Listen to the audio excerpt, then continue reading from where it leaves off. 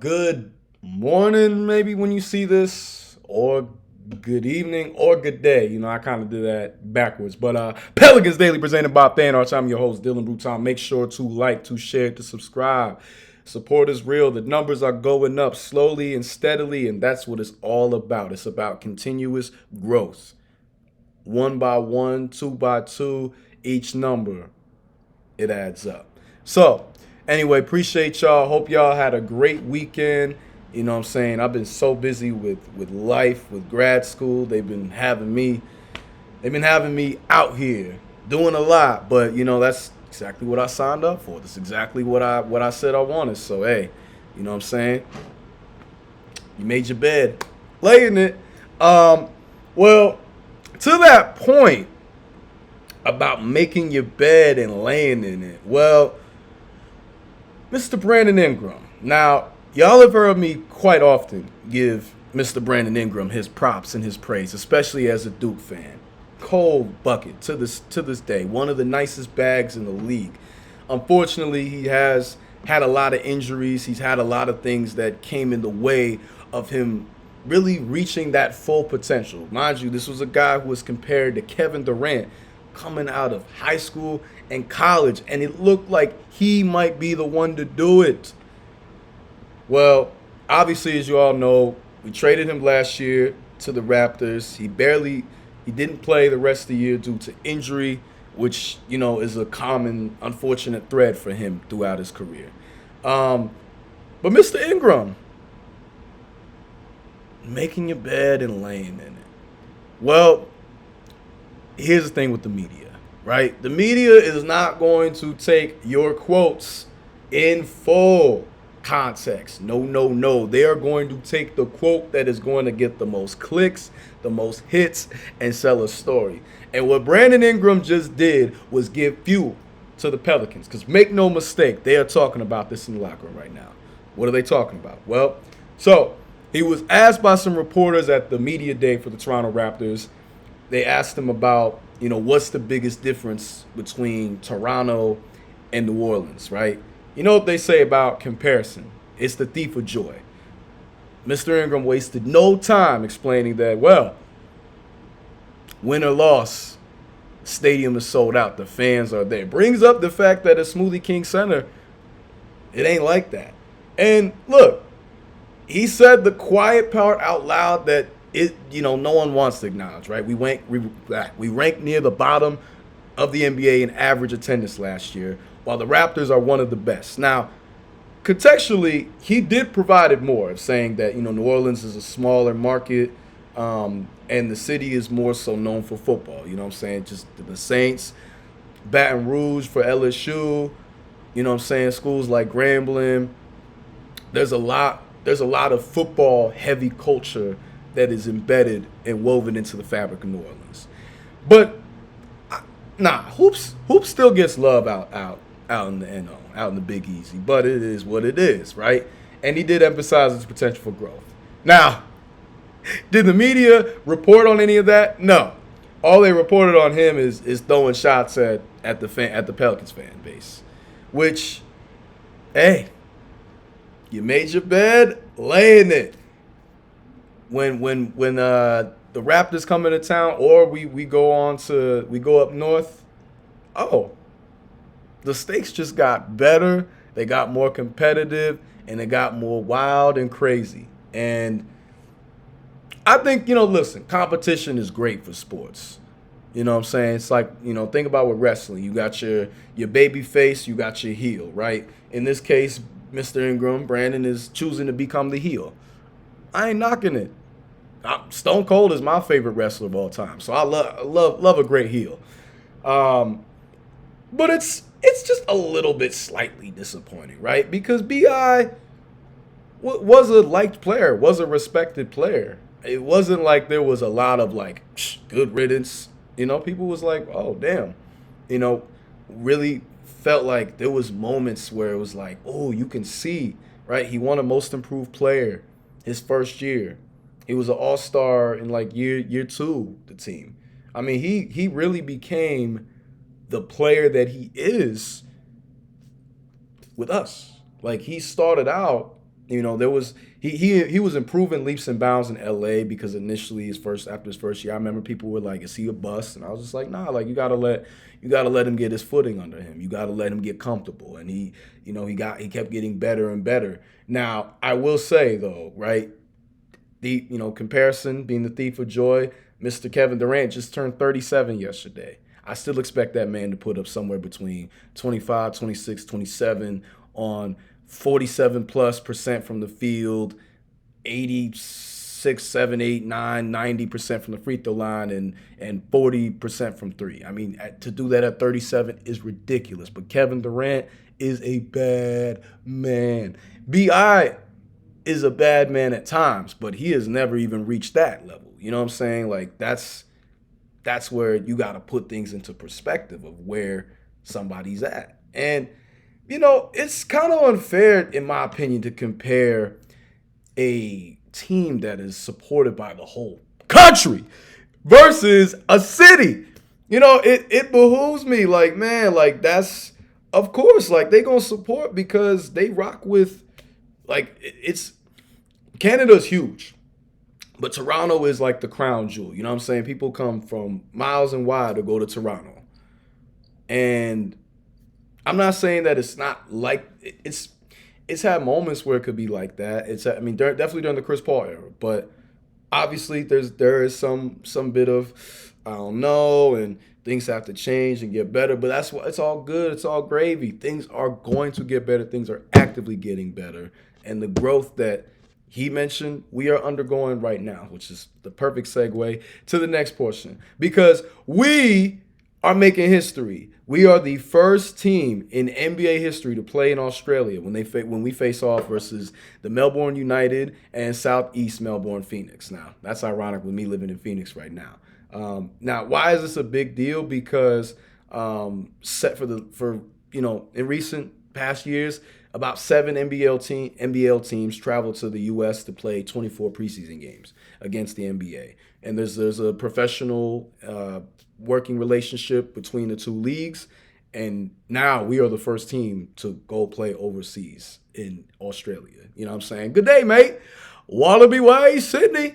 And this gives fans a chance to see NBL talent, and this gives more global outreach and accessibility for fans overseas to watch the NBA, especially watch us. That's a huge deal. And now if you're in Australia by chance, go to the Rod Laver Arena. Why is that? Because that is where the Australian Open is hosted. Like, this is history. It's history in the making. This is very exciting news. And they got the open training session on Thursday. They got the first game versus Melbourne United on Friday. Fan night on Saturday, which is going to be really exciting. There's going to be culture celebrations. There's going to be performances, contests, interactive experiences. The players are going to be interactive. I'm talking this event like I'm finna be there. Like, I'm finna go fly to Australia. I should, right? Shoot, hey, look, New Orleans, the Pelicans, if y'all want to fly me out there, please. I'm off. I don't got no classes. You know what I'm saying? Get me out there. But Friday's the day I usually do a lot of my homework so I can get started halftime on the weekend to decompress. Or if I'm covering a game, something's going on. Anyway, beside the point. And then Sunday is the final game versus Southeast Melbourne. Now, again, this is a big deal, y'all. Like, I know, like, in the grand scheme, it might not seem much, but global expansion of the game is why the game is where it's at right now, right? People talk about the impact of certain eras or players, right? Michael Jordan took basketball to another echelon. That's why, in a way, everyone is sort of chasing the ghost of him, because he elevated the game. Now, were there other great players in this time? Absolutely. But Michael Jordan just transcended the NBA and just sports in general, just of iconic level. And so I'm going to say, well, if he was in the social media age, it wouldn't have meant that much. Maybe. Because, yes, celebrity mystique was a bigger deal before we had all this internet access with them. Yes, not going to deny. But you could not deny the talent. You could not deny the impact, the dominance. Now, We are a long way from the Michael Jordan Chicago Bulls of the 90s. But this is a huge deal. This is a huge deal. Why? Because this is happening in a year that a lot more eyes are on us, right? Zion has been making headway, been making a lot of headlines, good and bad, but making a lot of headlines. How he looked at media day. He's in the best shape of his life. He is ready to go out there and dominate. And this is a very important year because we brought in new management. We didn't go under the radar on draft night. I mean, we have had a unique offseason, but it's those unique off seasons that turn into something special. Now, is there a guarantee? No, there's no guarantee of that. But I love our chances. And like I've been saying, 4 through 6 seed out west if everything comes together. And, Yardbarker, shout out to them. Yardbarker also is showing us some love. Now, a lot of media platforms right now have been predicting that, we're going to suck and we're not going to do anything. 30 wins max, which that is an improvement off of our previous, record. We won 21 games last year. 30 wins is an improvement. I will take improvement any way, shape, or form. But this team is just too talented to be stuck at no damn 30 wins. I'm sorry. Now, this was an article done by Eric Smithling, and then the article, the Fox, that's the one, Fox 8 New Orleans, and then the NBA one, Alyssa Squires. So, I'm sorry. I always give credit to the sources. That's just what I do as a journalist, and that's what you're supposed to do. But this was a very interesting list, right? Because they had us on an interesting list. They had Dallas on there, our division rival. And then they also had the Toronto Raptors, who I've been talking about this time. So, right? What company to be amongst. But the main point it largely was talking about was Zion, about this is the best he's looked, and yet, he's missed more games than played, but when he plays, we get more wins. So if he puts it all together, he might do something. And I have been saying that this whole time. I've been saying, dark horse MVP candidate, look out, watch out. I know that sounds crazy to some, but that only sounds crazy to those who don't really know ball like that. That only sounds crazy to those who don't really know the extent of Zion's potential. And I don't think he's coming anywhere. I don't think he has came anywhere close to his ceiling. So that's why I say it's way too soon to be throwing a towel, throwing a flag. He's busts don't average 23 and 7 and 5 for their career. Please show me a bust who does, okay? Because I would love to know what your standard for a great player is. I would. And the Busts don't average 25, 7, and 5 last year in under 30 minutes a game. I'm sorry. I'm sorry. I'm just not going with that. But it also talked about, saying how we were, 2 years ago, we were literally almost a top 4 seed in the West just by 2 games. And, injuries to guys like Herb, injuries to obviously Brandon Ingram, but he's no longer on the team. Injuries to Trey Murphy at times in the year. Obviously, DeJounte Murray's injury was the most debilitating and heartbreaking because we traded in the offseason to get him. And it was looked like, we getting DeJounte, going back to the playoffs.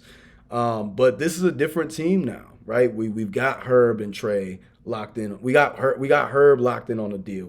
Trey, by all accounts, we will have him locked in on a good deal. We traded for Jordan Poole in exchange for C.J. McCollum. We drafted Jeremiah Fears, Derek Queen, Micah Peavy. We had a really good draft class, in my opinion.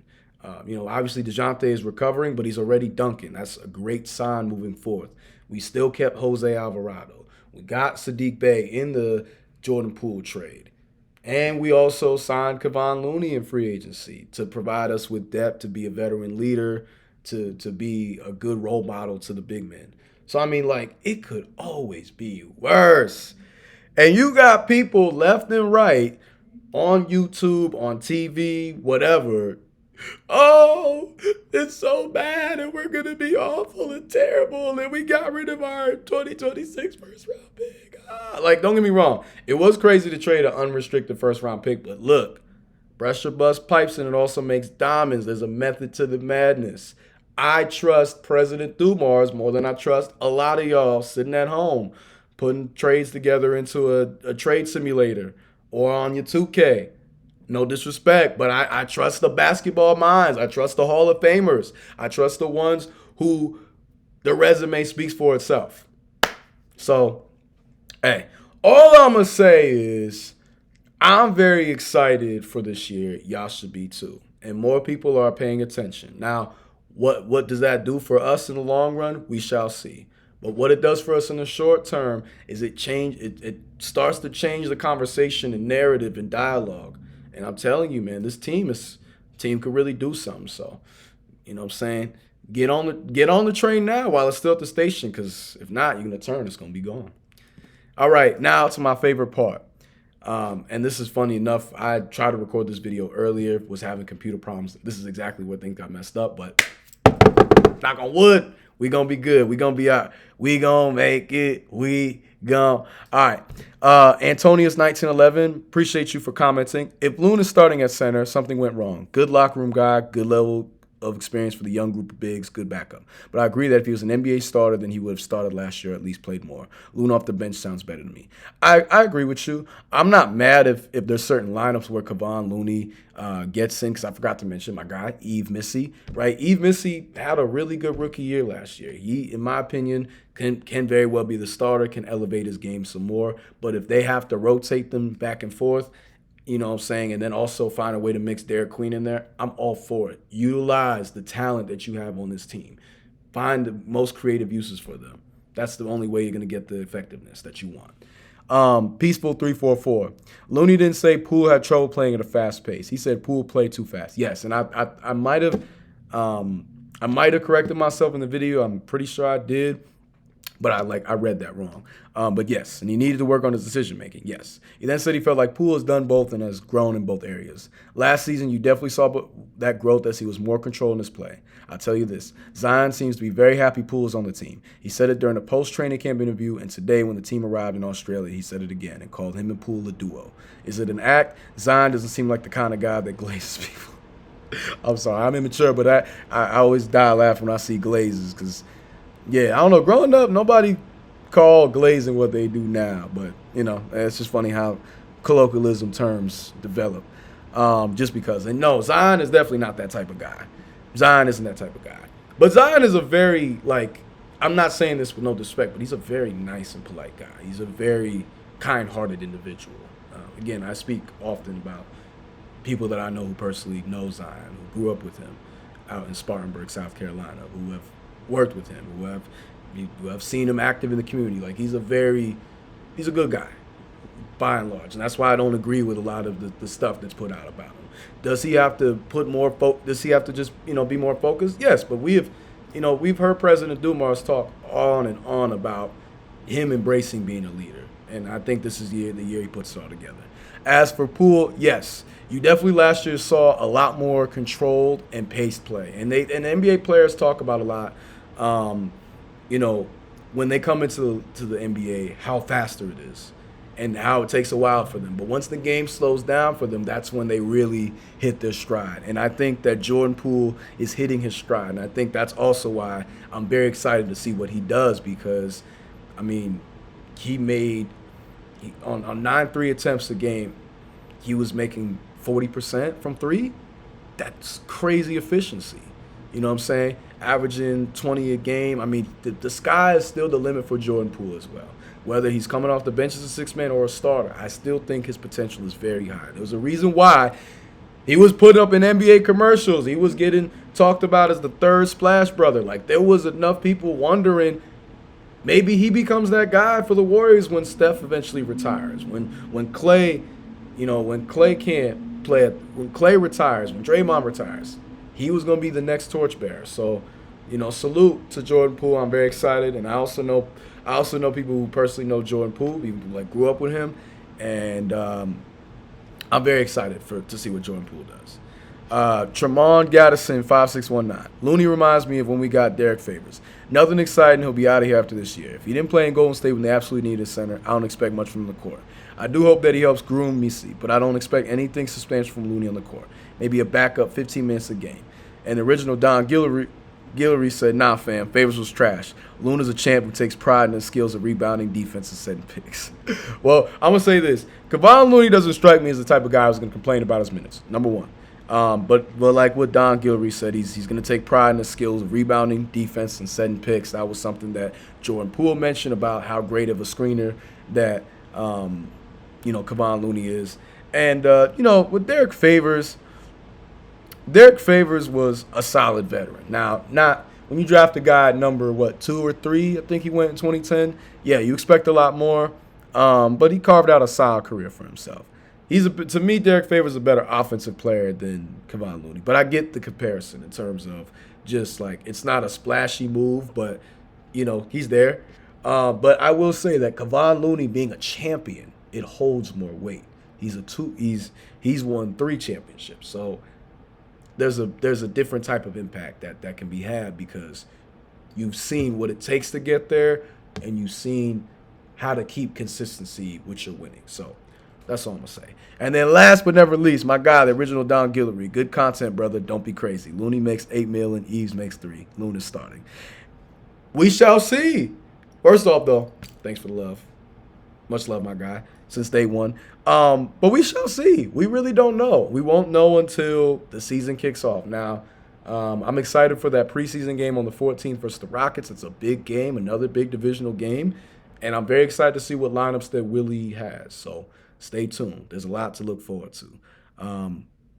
So, yeah, we'll see. We'll see who ends up starting. I'm not mad either way. Just it comes down to who is playing at their best. Next man up. But anyway, y'all, that's going to be it for this video. I'm glad I could do it. I have some technical difficulties early. Otherwise, it would have been out earlier. But either way, enjoy it. Love it. Make sure to like, share, subscribe. Tell a friend, especially if they're a Pelicans fan, okay? The numbers is growing and keeping it going. That's the only way we get better from here. But appreciate y'all. Have a great rest of the day. See y'all tomorrow.